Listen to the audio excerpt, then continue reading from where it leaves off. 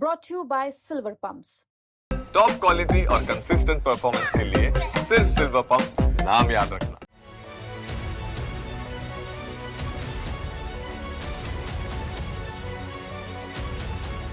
दिल्ली विधानसभा चुनाव में करारी हार के ठीक 2 महीने बाद आम आदमी पार्टी ने मेयर चुनाव ना लड़ने का फैसला लिया है। जी हां, बता दें कि 25 अप्रैल को होने वाले मेयर चुनाव की वोटिंग से ठीक पहले आम आदमी पार्टी ने बीजेपी पर तमाम तरह के आरोप लगाकर मेयर चुनाव लड़ने से इनकार कर दिया है। अब ऐसे में सवाल यह है कि आम आदमी पार्टी ने ये चुनाव लड़ने से इनकार क्यों किया? क्या वाकई जो आम आदमी पार्टी ने बीजेपी पर आरोप लगाए, क्या वो एक बड़ी वजह थी, या फिर मेयर चुनाव में आम आदमी पार्टी को अपनी हार का डर सता रहा था? क्या है आखिर इस बार के मेयर चुनाव का नंबर गेम? क्या है समीकरण? ये हम आपको इस रिपोर्ट में समझाने वाले हैं। लेकिन उससे पहले आपको बता दें कि बीजेपी की तरफ से मेयर पद के उम्मीदवार के लिए राजा इकबाल सिंह और डिप्टी मेयर पद के उम्मीदवार के लिए जय भगवान यादव ने अपना नामांकन भरा है।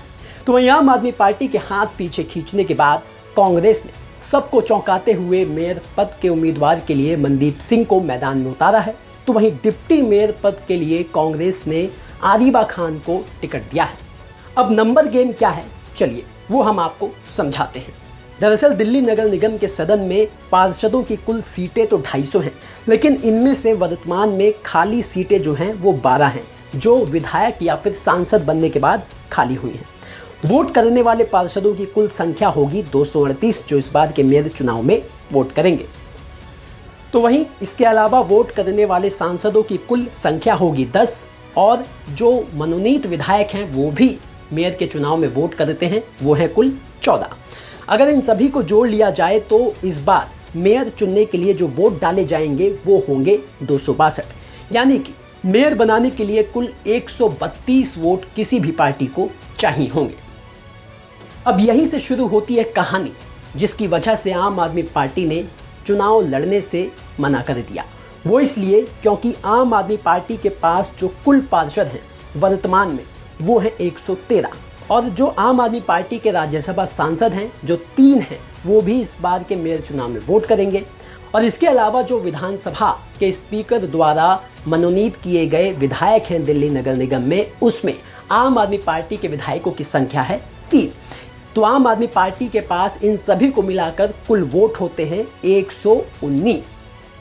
अब मेयर बनाने के लिए चाहिए तो 132 वोट, लेकिन आम आदमी पार्टी के पास हैं कुल 119 वोट, और अगर इसमें कांग्रेस के भी हम वोट एक बार को जोड़ देते तो वो भी 126 या 27 होते।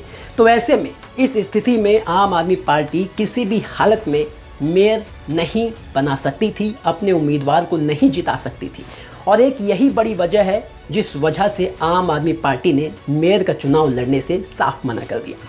अब बीजेपी की बात करें तो बीजेपी जो लगातार 2 बार से मेयर चुनाव हार रही है, लेकिन इस बार दिल्ली में सत्ता बदलते ही बीजेपी के पास वो नंबर आ गया जिसकी उसे तलाश थी अपना मेयर बनाने के लिए। बता दें कि बीजेपी के पास इस समय कुल पार्षदों की संख्या है 117, और उसके 7 लोकसभा सांसद भी वोट डालेंगे।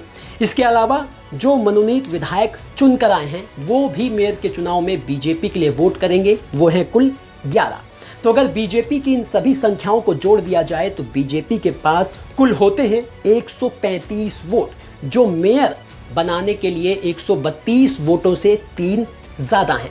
तो यानी इस बार के मेयर चुनाव में जो नंबर गेम है वो बीजेपी के पास है, और यही वजह है कि आम आदमी पार्टी ने चुनाव से ठीक 4 दिन पहले अपने हाथ पीछे खींच लिए।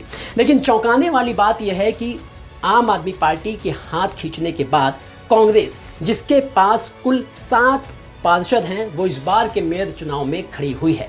यानी कि बीजेपी को टक्कर मिलेगी। बीजेपी का जो मेयर है वो निर्विरोध नहीं चुना जाएगा, लेकिन कांग्रेस कितनी टक्कर दे पाएगी? क्या आम आदमी पार्टी के खेमे से कांग्रेस को वोट मिलेंगे?